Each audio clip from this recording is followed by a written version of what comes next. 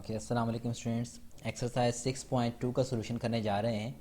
और इससे पहले मैं 6.1 को अपलोड कर चुका हूं। उसके तमाम सवालात को एक ही वीडियो में मैंने अपलोड किया था। अगर आपने इससे पहले वीडियो नहीं देखी है सो आई वुड रिकमेंड यू कि आप लाजमी जाकर देखें। चैनल पर पड़ी होगी, प्लेलिस्ट बना दूंगा उसकी भी।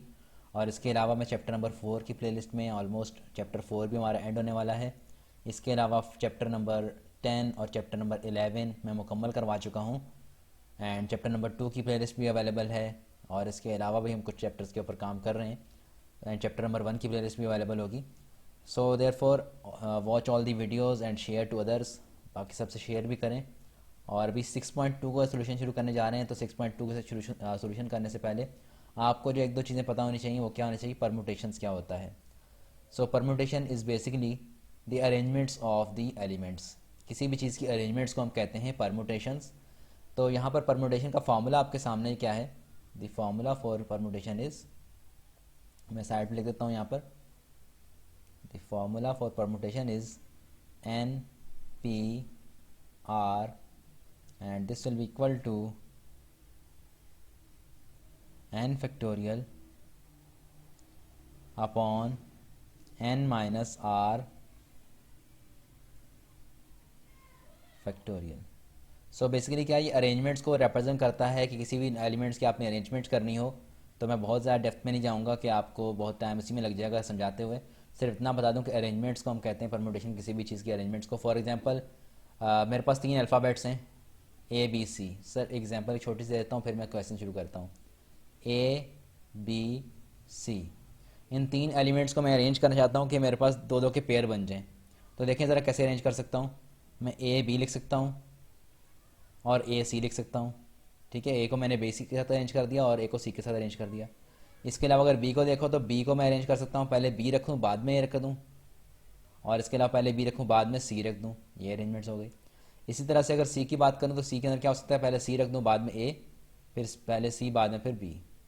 तो ये 6 तरह से अरेंज हो सकता है कि अगर इसमें से दो दो नंबर्स के मैं दो दो एलिमेंट्स के पेयर बनाऊँ तो मेरे पास ये 6 तरीके हैं कि 6 एलिमेंट्स मेरे पास आएंगे। तो फार्मूला के जरिए वेरीफाई करना हो, जैसे फॉर एग्जांपल देखिए एन कितना है। यहाँ पे आपके पास कितना है? 3 एलिमेंट्स है total. N is equal to क्या है आपके पास? 3। आर कितना है? कितने का आपने सेट बनाना है, कितने का आपने अरेंजमेंट करनी है? 2 की। तो आर इज इक्वल टू क्या है आपके पास? 2 है। सो बाय फार्मूला जो put the formula N P R is equal to, N P R को आप लिख दो। एन कितना है आपके फार्मूला के अंदर लिख दो। एन है आपके पास 3, पी परमुटेशंस, आर कितना है 2, 2 की अरेंजमेंट्स करनी थी आपने। This will be equal to 3 factorial divide by N minus, यानी कि 3 माइनस 2 का फैक्टोरियल। अच्छा, फैक्टोरियल क्या होता है आपको बता चुका हूँ मैं। डिसेंडिंग के अंदर यहाँ पर इसके एलिमेंट्स लिखे जाएंगे 3 multiply by 2 multiply by 1 and divide by 3 minus 2 कितना होता है? 1। तो 1 का फैक्टोरियल भी क्या होता है? 1 ही होता है। So therefore 3 to the 6 and 1 1, तो यह आ जाएगा मेरे पास 6। तो 6 तरीके से मैं अरेंज कर सकता हूँ कि टोटल मेरे पास 3 एलिमेंट्स हों, उनमें से मैं 2 एलिमेंट्स को अरेंज करना चाहूँ। ये मैंने इसको आपको दिखा भी दिया है एग्जाम्पल के ज़रिए, और ये फार्मूला के ज़रिए मैंने इसको वेरीफाई भी कर लिया है। तो एक छोटी सी एग्जाम्पल थी, इस तरह से आप इसको कर सकते हैं। अभी हम चलते हैं क्वेश्चन की तरफ। किस क्वेश्चन में सोल्यूशन किस तरह से होगा? तो क्वेश्चन में सोल्यूशन वेरी सिंपल। ये मैं फॉर्मूला लिखा रहने देता हूँ यहाँ पर। अच्छा भाई, ये फार्मूला यहाँ पे लिखा हुआ है यहाँ पर, तो इसका हम फार्मूला को यूज़ करेंगे। क्वेश्चन नंबर 1 का सोल्यूशन देखें। क्वेश्चन नंबर 1 का पार्ट 1, 20p3। क्वेश्चन का 1 क्या? 20p3, 20 परमुटेशंस 3 लिखना है आपने। सो इसको आपने सॉल्व करना है। सोल्यूशन लिखें। तो फार्मूला के मुताबिक क्या है? 20p3 के मुताबिक n की वैल्यू हो गई 20, तो 20 factorial divide by n minus R factorial. n कितना हो जाएगा? 20 माइनस आर कितना है? 3 and factorial, and this will be equal to 20 factorial का मतलब क्या है कि 20 को से अगला नंबर क्या होगा? 19, 19 के बाद क्या होगा? 18, 18 के बाद क्या होगा? 17 एंड सो ऑन चलता रहेगा। मैं यहाँ पे इसको फैक्टोरियल पे ब्रेक कर रहा हूँ। एंड डिवाइड बाय 20 माइनस 3 कितने होते हैं? 17 होते हैं। तो 17 फैक्टोरियल।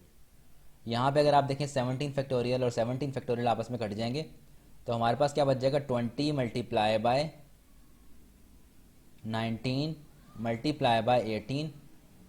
तो इनका आपके पास जो आंसर आ जाएगा that will be equal to 6840। ठीक है स्टूडेंट, ये आपका आंसर होगा।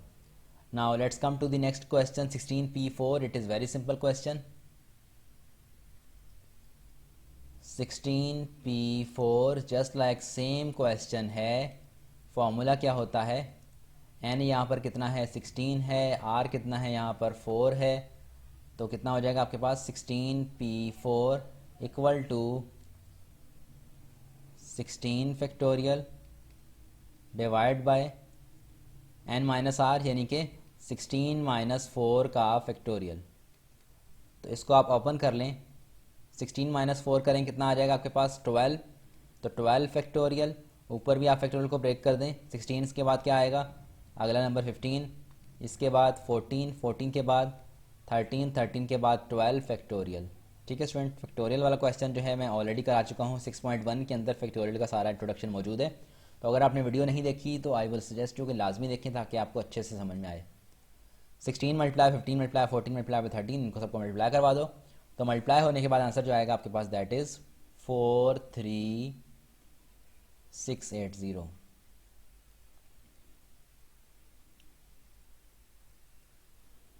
So the next question is, it's part number 3. 12P5, very simple, same question. 12P5, it's the part number 3. So solution here, n is equal to कितना है? n बराबर है 12 के। r कितना है? r is equal to 5. So the formula, by formula, that is npr is equal to n factorial divided by n minus r factorial.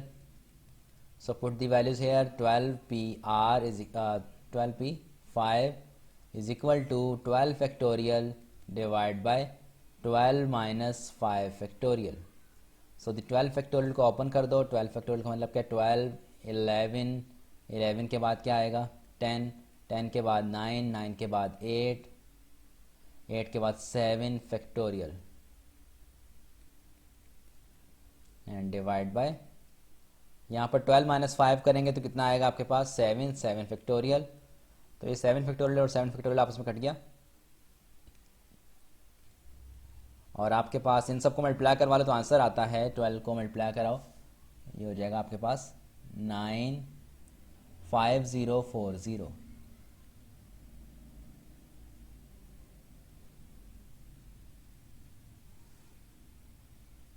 Okay भाई, next question is 8 permutations, distinct permutation 3,2। Okay, अच्छा इस question में एक छोटा सा formula different होगा। Formula क्या होगा? अगर मेरे पास क्या हो? डिस्टिंक्ट परमुटेशंस हो, मतलब कि 3 और 2 एक ही टाइम पर 8 में से मुझे सेलेक्ट करना है। 3 अलग से एक डिस्टिंक्ट है और 2 अलग डिस्टिंक्ट है, अलग अलग चीज़ें। तो 8 इसका हो जाएगा मेरे पास, फॉर्मूला हो जाएगा, the formula can be written as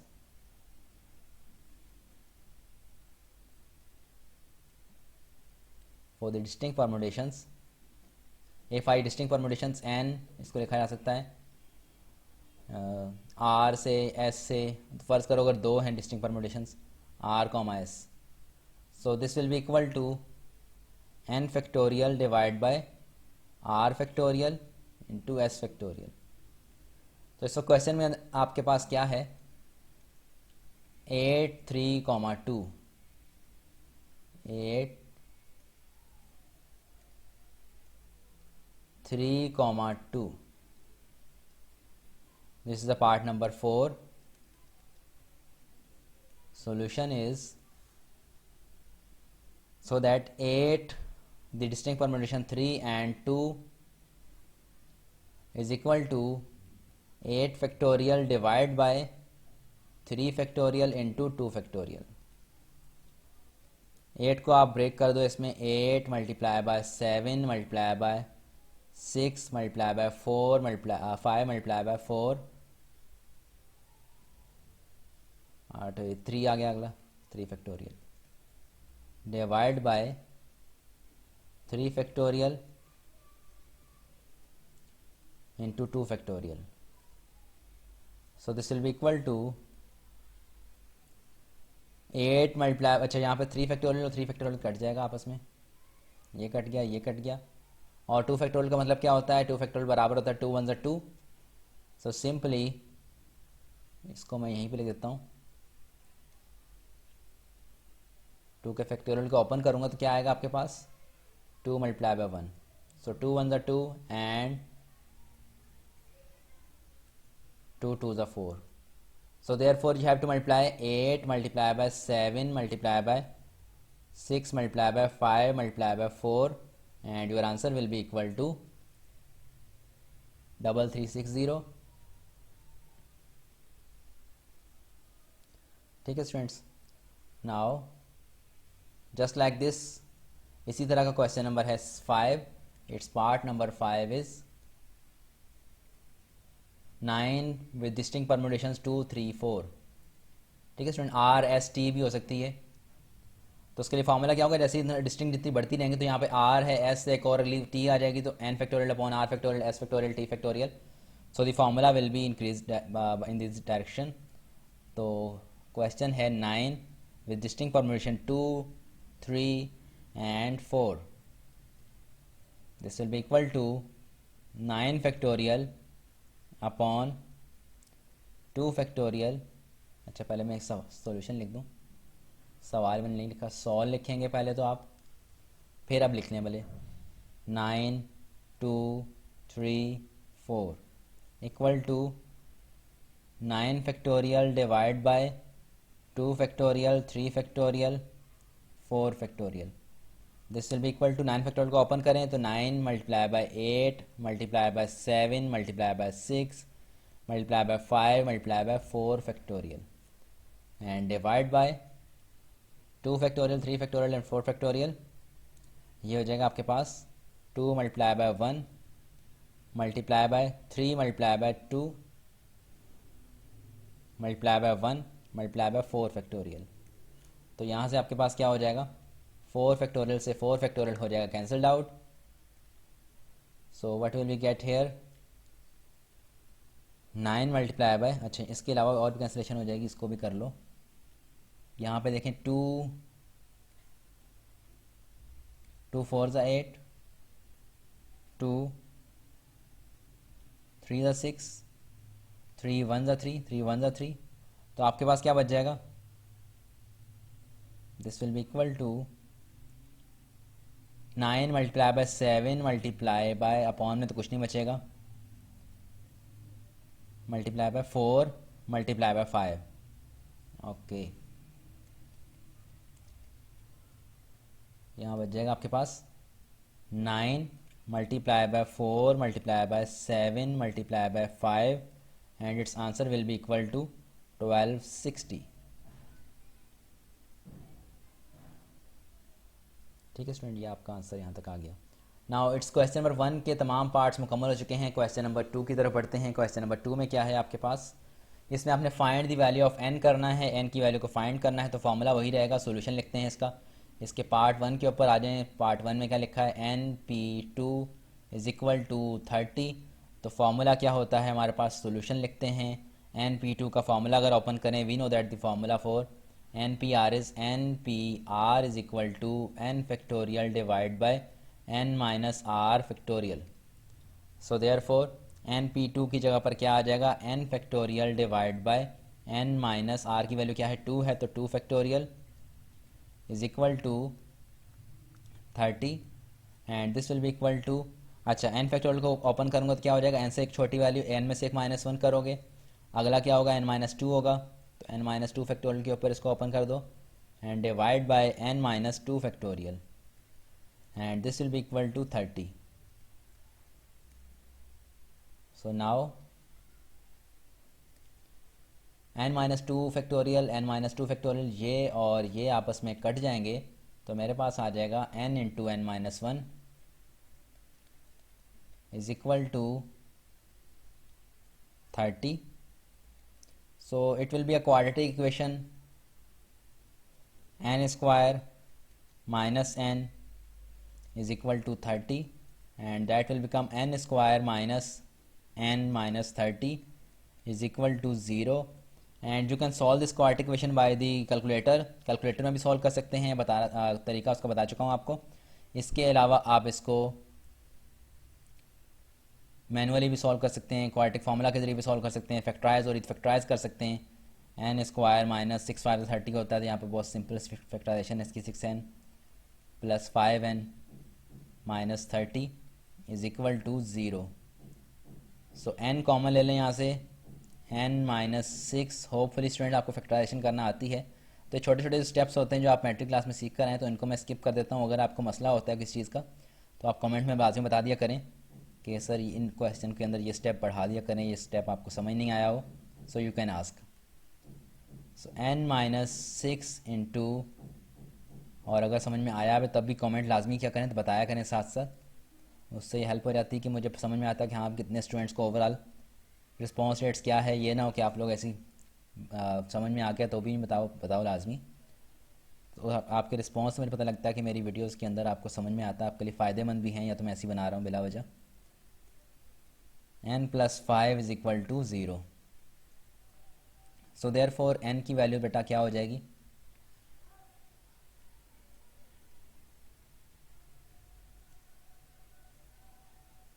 n is equal to 6 हो जाएगा। इसके अलावा n is equal to minus 5 हो जाएगा। अच्छा, n बेटा नंबर ऑफ टर्म्स हैं, आपको पता है नंबर ऑफ टर्म्स कभी नेगेटिव नहीं हो सकती। n can't be negative, n can not be negative, so therefore n is equal to 6 is your final answer. Now it's come to this part number 2। part 2 की तरफ आ जाते हैं बेटा।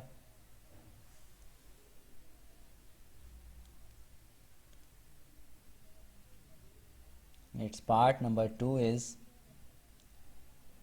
np3 is equal to 60।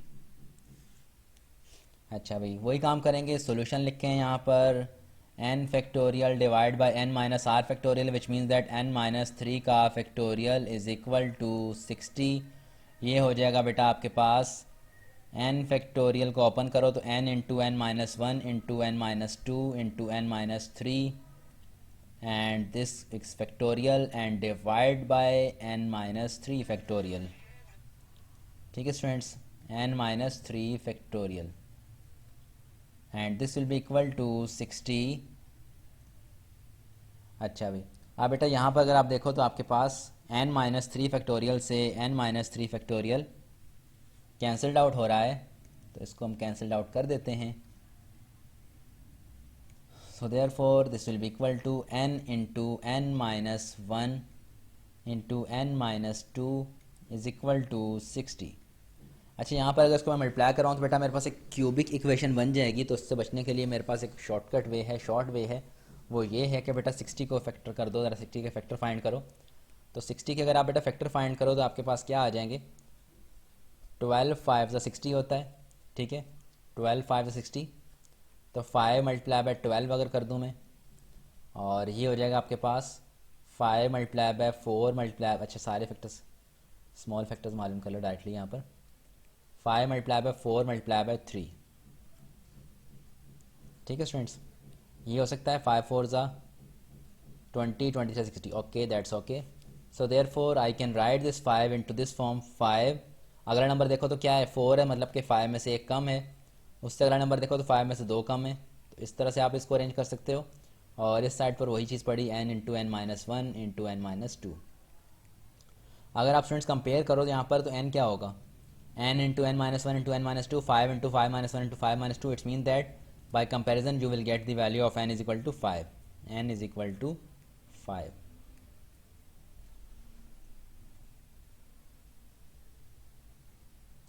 अच्छा भाई, now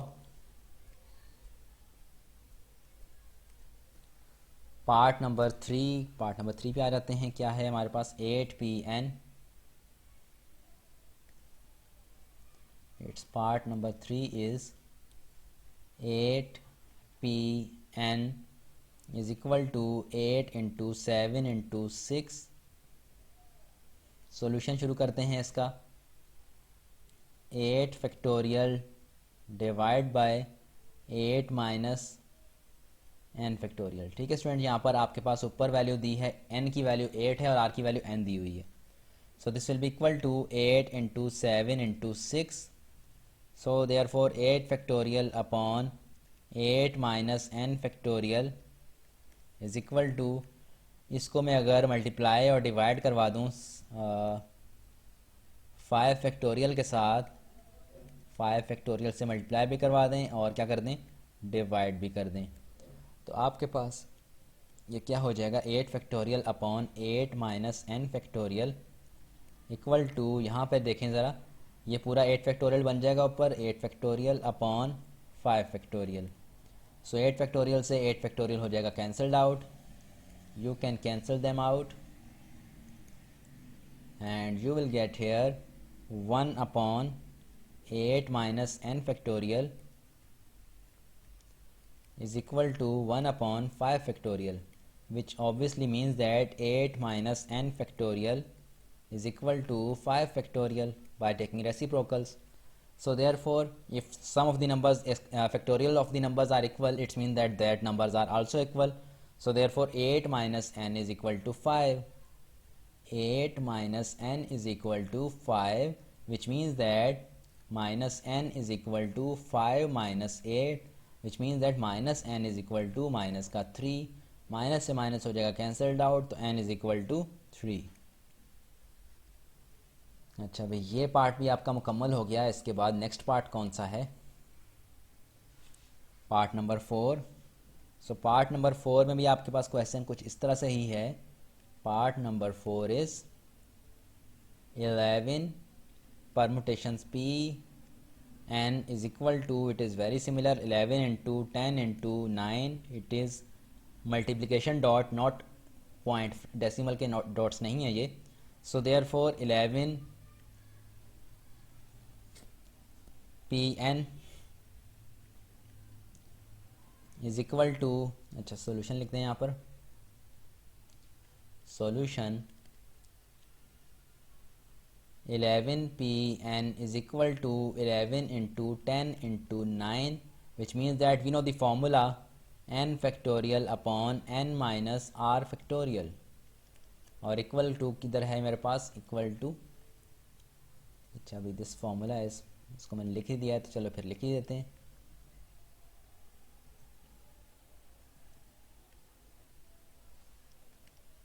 थोड़ा इधर कर दिया, this will be equal to N P are.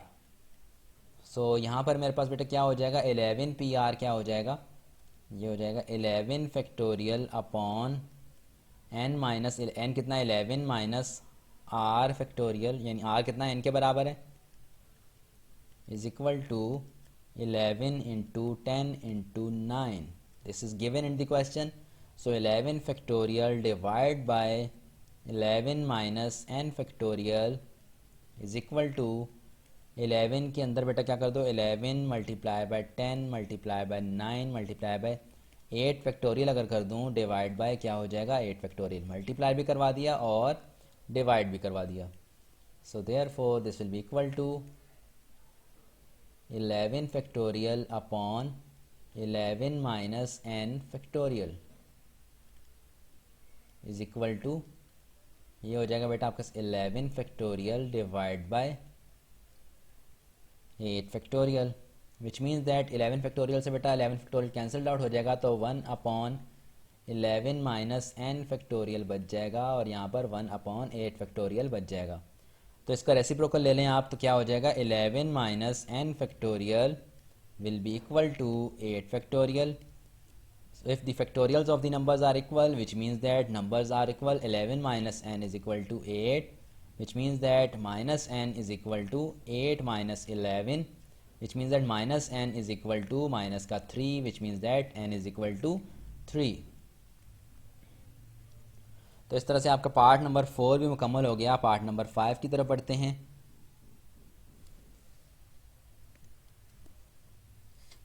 So the part number 5 is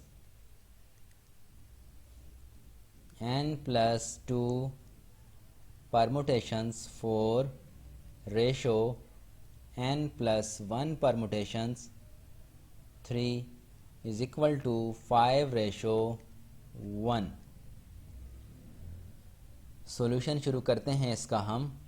तो हमें फार्मूला बेटा पता है कौन सा वाला, कि एन पी आर बराबर होता है N factorial divide by N minus R factorial. तो यहाँ पर ऊपर जो भी लिखा हुआ है n की जगह पर, तो that is our value of n, तो n प्लस 2 के बराबर है n। सो देयर फोर इस रेशो के मुताबिक क्या हो जाएगा, this will be equal to n plus 2 factorial. इस सवाल को पहले मैं दोबारा लिख लेता हूँ ताकि समझ में आ जाए आपको ये चीज़। कॉपी करते हैं सवाल को, ओनली क्वेश्चन, ओके। सो इसको बेटा ओपन कर लो तो क्या हो जाएगा, n plus 2 factorial divide by n plus 2, n minus R हो जाएगा, n पूरा n प्लस 2 के बराबर है, माइनस r कितना है, 4 के बराबर है, 4 factorial. Similarly ratio n plus 1 यानी कि n प्लस 1 का फैक्टोरियल n ऊपर आएगा and divide by n minus R, n की वैल्यू क्या है, n प्लस 1 के बराबर है, n प्लस 1 और माइनस r किसके बराबर है, 3 लिखा हुआ है जो नीचे, ये r के बराबर है। सो देयर फोर इसका भी बंद कर दो फैक्टोरियल, इक्वल टू 5 रेशो 1। तो n plus 2 factorial divide by n plus 2 minus 4 करेंगे तो आपके पास आएगा n minus 2 factorial. And ratio is the division, so division को मल्टीप्लाई कन्वर्ट करो मल्टीप्लाई के अंदर, तो मल्टीप्लाई के फॉर्म में नीचे वाली रकम ऊपर चली जाएगी। तो बेटा ये क्या हो जाएगा आपके पास, n प्लस 1 माइनस 3 करोगे n माइनस 2 हो जाएगा, तो इन ऊपर आके n माइनस 2 फैक्टोरियल हो गया और नीचे ये n प्लस 1 वाला फैक्टोरियल नीचे चला जाएगा, तो n प्लस 1 फैक्टोरियल हो जाएगा। This will be equal to 5 ratio 1, तो 5 अपॉन 1। ठीक है बेटा, जो भी डाइट समझ नहीं आए कोई स्टेप वगैरह तो आप लाजमी बताइए करें, और अगर कोई स्टेप समझ में आता है तो बेटा तो भी बताया करें, कमेंट्स लाजमी किया करें। आप लोग कमेंट्स नहीं करते हो, that's not a good thing, appreciate भी किया करो। n प्लस 2, अगर कोई चीज़ अच्छे समझ में आती है, n प्लस 2, कुछ अच्छे बच्चे भी हैं कि फौरी कमेंट करते हैं कि दैट्स गुड। अच्छा, n minus 2 factorial, n minus 2 factorial बेटा कट जाएगा आपस में, तो n माइनस 2 फैक्टोरियल, यहाँ पर मेरे पास n प्लस 2 फैक्टोरियल है और क्या है, multiply by n plus 1 factorial.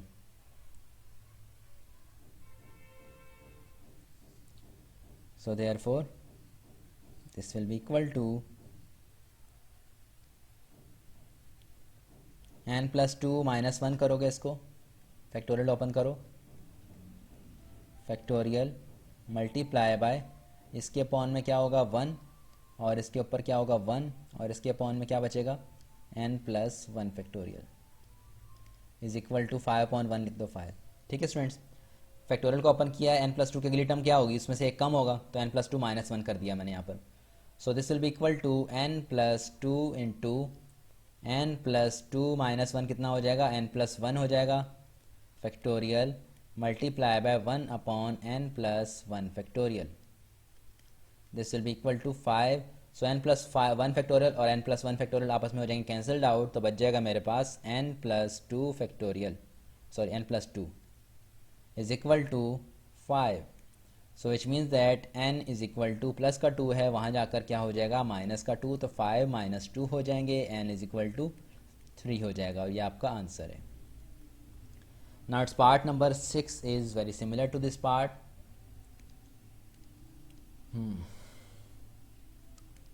Part number 6.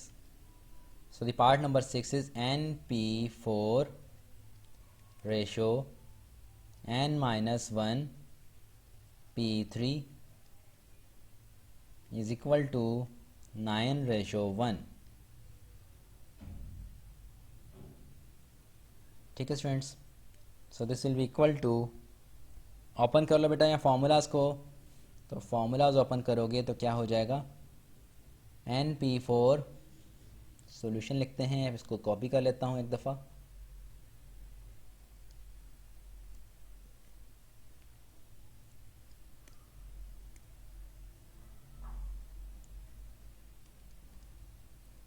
अच्छा भाई, तो ये बेटा क्या हो जाएगा आपके पास, NP4 n factorial divide by n minus R, R की वैल्यू यहाँ पर 4 है तो n माइनस 4 फैक्टोरियल, और ये रेशियो एज इट इज़ आएगा और यहाँ पर आ जाएगा n minus one factorial divide by n minus one minus three factorial, this will be equal to 9/1।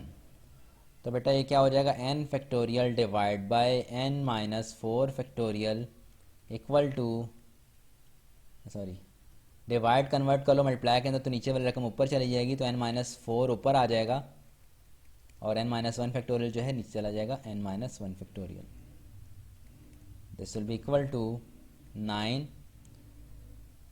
So n minus four factorial ये वाला और ये वाला आपस में कट जाएगा और ऊपर यहाँ बच जाएगा n फैक्टोरियल अपॉन वन। अच्छा n फैक्टोरियल को मैं ओपन कर दूँ, अगर n के बाद अगली टर्म क्या होगी, n माइनस वन होगी, n माइनस वन फैक्टोरियल और इसके अपॉन वन बचा है, मल्टीप्लाई बाय इधर ऊपर वन बचा है, ऊपर यहाँ पे नीचे n माइनस वन फैक्टोरियल बचा है, this will be equal to 9।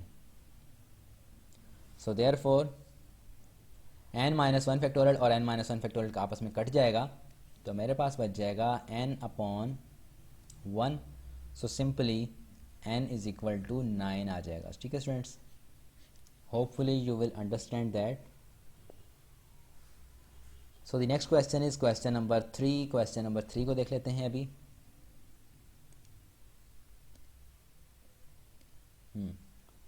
Question number 3 is, in how many different batting orders are possible for a cricket team consisting of 11 players? इसका हम सोल्यूशन देखते हैं। सो बेसिकली स्टूडेंट्स हमारे पास कितने players हैं, total number of players कितने हैं, n is equal to 11, total number of players 11 हैं। तो अगर आप देखें यहाँ पर आपने अरेंजमेंट्स करनी है इनकी, जैसे मैंने बिल्कुल शुरू में आपको एग्जांपल दी थी A B B C, इस तरह की अरेंजमेंट्स करनी है आपने। कितने पॉसिबल वेज हैं कि आप इनको अरेंज कर सकते हो, तो सिंपली अगर आप स्टूडेंट देखें कोई इसमें खास रिस्ट्रिक्शन नहीं है, आर की वैल्यू आपको गिवन नहीं है अलग से कि दो की अरेंजमेंट करनी है। अगर आपसे कहता कि आपने दो अरेंज करने हैं, ऐसा करने हैं, जो भी करने हैं, तो उसके अंदर आप NPR का फॉर्मूला यूज़ करते। सो बेसिकली यहाँ पर आपके पास NPN का फॉर्मूला यूज़ होगा। NPN का फॉर्मूला क्या है, the formulas for NPN is equal to n factorial. तो इस फॉर्मूला के ज़रिए आप इसको करोगे, लेकिन आप इस फॉर्मूला के बगैर भी कर सकते हो। आप बगैर फार्मूला कैसे करोगे बेटा, सो बगैर फार्मूला के आप अगर देखो इसको, देखो पहले शुरू में मेरे पास 11 प्लेयर्स हैं, तो जब मैं पहला प्लेयर सेलेक्ट करूँगा, पहला प्लेयर अरेंज करूँगा, उसको मैं पोजीशन देता हूँ कि पहला प्लेयर फर्स्ट बैटिंग ऑर्डर पे जाता है, तो मेरे पास 11 ऑप्शंस हैं कि कोई सा भी प्लेयर जा सकता है, 11 में से कोई सा भी एक प्लेयर जा सकता है। मेरे पास फर्स्ट प्रायोरिटी, मेरे पास क्या ऑप्शन है, 11 ऑप्शन है। सो तो ऐसा से कम होते रहेंगे। जब अगला प्लेयर जाएगा बेटा तो क्या हो जाएगा, अगला प्लेयर के जाते हुए एक प्लेयर जा चुका है ना, अब मेरे पास सिर्फ 10 प्लेयर्स हैं, तो 10 में से कोई भी एक जा सकता है।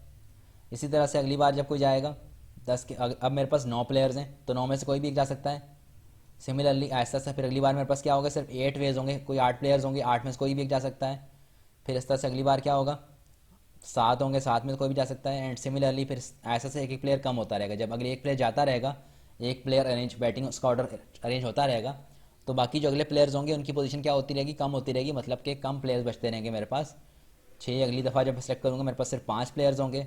इस तरह से नेक्स्ट टाइम पर 4, इस जगह पर इस ऑर्डर के ऊपर 3, इस ऑर्डर के ऊपर 2 और आखिरी ऑर्डर के ऊपर जब प्लेयर बचेगा एक प्लेयर, तो उसके पास एक ही ऑप्शन होगा, एक ही प्लेयर, इस पोजीशन के ऊपर एक प्लेयर बचा होगा। तो इस वेज के अंदर स्टूडेंट्स मैं इनको अरेंज कर सकता हूँ प्लेयर्स को, कि जब पहला प्लेयर जाएगा तो मेरे पास 11 रास्ते हैं, कोई भी एक प्लेयर चला जाए। जब एक जा चुका होगा फिर मेरे पास 10 ऑप्शंस हैं, कोई सा भी उन 10 में से कोई सा भी एक प्लेयर चला जाए। तो अगर आप इसको नोट करें तो मेरे पास एक फैक्टोरियल बन जाता है। ये 11, 10, 9, 8, 7, 6 कम होती आ रही नंबर्स की values, which mean that it is 11 factorial. और 11 फैक्टोरियल अगर आप करोगे कैलकुलेटर के अंदर तो आपके पास आंसर क्या आएगा, 3991680। ठीक है student, this will be your answer. तो यही आपको बताना था। और अगर आप फार्मूला के ज़रिए करो तो इसमें कोई ख़ास आपको रिस्ट्रिक्शन नहीं, तो आप NPN n फैक्टोरियल के ज़रिए डायरेक्टली भी कर सकते हो, लेकिन कॉन्सेप्ट इसका ये है कि इस तरह से अरेंजमेंट्स होगी। अच्छा, अगला क्वेश्चन भी थोड़ा सा इस तरह कॉन्सेप्ट वाला है, इसको भी देख लेते हैं अभी। क्वेश्चन नंबर 4 क्या है, in how many ways can 2 English books, 3 chemistry books and 4 physics books be arrange on a shelf so that all the books are same subjects are together. अच्छा, पहली कंडीशन देखो बेटा, आपने शेल्फ के अंदर, किताबों की अलमारी के अंदर बुक्स को अरेंज करना है, तमाम books, all the books of the same subjects are together. शर्त यह है कि तमाम जो एक सब्जेक्ट की बुक्स हैं एक साथ होनी चाहिए। अब देखो ज़रा 2 इंग्लिश की बुक्स हैं। इंग्लिश बुक्स कितनी है पहले देखो ज़रा, डेटा निकालते हैं यहाँ से। इंग्लिश बुक्स मेरे पास कितनी हैं, इज इक्वल टू 2। इस तरह से मेरे पास केमिस्ट्री की बुक कितनी है, केमिस्ट्री की जो बुक्स हैं मेरे पास हैं that are 3। And after that physics की जो बुक्स हैं मेरे पास दैट आर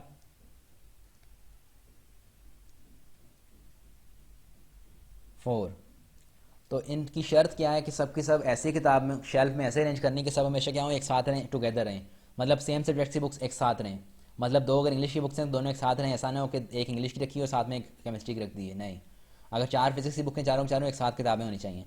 तो इनको बेटा एक साथ करने के लिए पहले हमें क्या करना पड़ेगा, इनको आपस में एक साथ रखना पड़ेगा। मतलब कि एक आपस में एक साथ जोड़ने के लिए एक मेरे पास क्या होना चाहिए कि मैं फ़र्ज़ करो कि एक रैक बना लेता हूँ इनके लिए, कि एक छोटा सा रैक बना लो कि जिसमें एक बुक क्या हो, इंग्लिश की हो, दोनों बुक्स इंग्लिश की रखी जाएं। इंग्लिश की बात करते हैं। इंग्लिश इंग्लिश की सिर्फ 2 ही बुक्स हैं। जब पहली बुक रखूँगा यहाँ पर मेरे पास 2 ऑप्शन है, कोई सी भी रख दूँ, पहली इंग्लिश की बुक रखूँ, और जब मेरे पास एक बुक रख चुका हूँगा तब मेरे पास एक वे रह जाएगा, सिर्फ एक रास्ता रह जाएगा मैं दूसरी बुक रख सकूँ। ठीक है बेटा। अब केमिस्ट्री की बात करते हैं। केमिस्ट्री केमिस्ट्री की टोटल मेरे पास किताबें कितनी हैं, टोटल मेरे पास किताबें हैं 3। अगर मैंने पहले नंबर के ऊपर एक किताब रख दी तब मेरे पास 3 ऑप्शन है, तीनों में से कोई भी एक किताब रख दूंगा। जब मैं एक रख चुका हूँगा मेरे पास सिर्फ 2 ऑप्शन रह जाएंगे कि बाकी 2 किताबें रखूँ। इस तरह से अगली बार जब एक किताब रह जाएगी मेरे पास सिर्फ एक ऑप्शन होगा, मैं आखिरी इस पोजीशन के ऊपर रखूँ इसको। ठीक है बेटा। इसी तरह से फिज़िक्स की अगर बात करें तो फिज़िक्स में मेरे पास कितनी किताबें, 4 किताबें हैं। फिज़िक्स की किताबें कितनी हैं, 4 हैं। तो जब पहली किताब रखूँगा तो मेरे पास क्या होगा, 4 ऑप्शन होंगे कि मैं चारों में से कोई भी एक उठा के रख दूँ। जब एक रख चुका हूँगा तो मेरे पास कितने ऑप्शन रह जाएंगे, 3 ऑप्शन रह जाएंगे, तीनों में से कोई भी एक रख दूँ। आफ्टर दैट मेरे पास 2 ऑप्शन रह जाएंगे, दोनों में से कोई एक रख दूँ। सो आफ्टर दैट मेरे पास एक ऑप्शन रह जाएगा, आखिरी किताब जो है एक ही ऑप्शन है और एक ही किताब है, उसको रखा जाएगा। अब बेटा ये मैंने 3 बॉक्स बना लिए ताकि जुड़ी रहें किताबें, एक साथ रहें, मिक्स ना हो जाएं। तो मैंने इनको बॉक्सेस में बंद कर दिया। ठीक है बेटा। तो ये मेरे पास क्या हो जाएगा basically, this will be equal to 2 factorial, और ये बेटा क्या होगा मेरे पास 3 फैक्टोरियल, और ये क्या होगा मेरे पास 4 फैक्टोरियल। क्योंकि आप देखो 2 1 3 2 1 4 3 2 1। अच्छा, जो मैंने बॉक्सेस बनाए हैं ये बॉक्सेस बेटा आपस में अरेंज हो सकते हैं ना। हो सकता है कि पहले नंबर पे इंग्लिश का बॉक्स ना हो, पहले नंबर के ऊपर क्या हो, फिजिक्स का बॉक्स हो, दूसरे पे केमिस्ट्री, तीसरे पे इंग्लिश। ठीक है। ऐसा भी हो सकता है कि देखो पहले के ऊपर हो क्या हो, फिजिक्स हो, फिर क्या हो, केमिस्ट्री हो, फिर इंग्लिश हो। एक वे क्या है, यही वाला जो रखा हुआ है, इंग्लिश पहले हो, बाद दूसरा बॉक्स किसका हो, केमिस्ट्री का हो, तीसरा किसका हो, फिजिक्स का हो। ऐसा भी हो सकता है पहला केमिस्ट्री का हो, दूसरा इंग्लिश का हो, और तीसरा फिजिक्स का हो। ठीक है बेटा। तो मेरे पास ये एक और 3 फैक्टोरियल इसका बन जाएगा। तो इनका अरेंजमेंट में मेरे पास क्या है, 3 फैक्टोरियल्स हो जाएगी। मतलब कि 6 रास्ते मेरे पास ऐसे बनेंगे कि जिसके जरिए इनको मैं अरेंज कर सकता हूँ। तो मल्टीप्लाई बाय 3 फैक्टोरियल। इनको आपस में मल्टीप्लाई करवा दो बेटा। 2 फैक्टोरियल का मतलब क्या होता है, 2 1 2, 3 फैक्टोरियल बराबर होता है 6 के, 4 फैक्टोरियल बराबर होता है 24 के, 3 फैक्टोरियल बराबर होता है 6 के।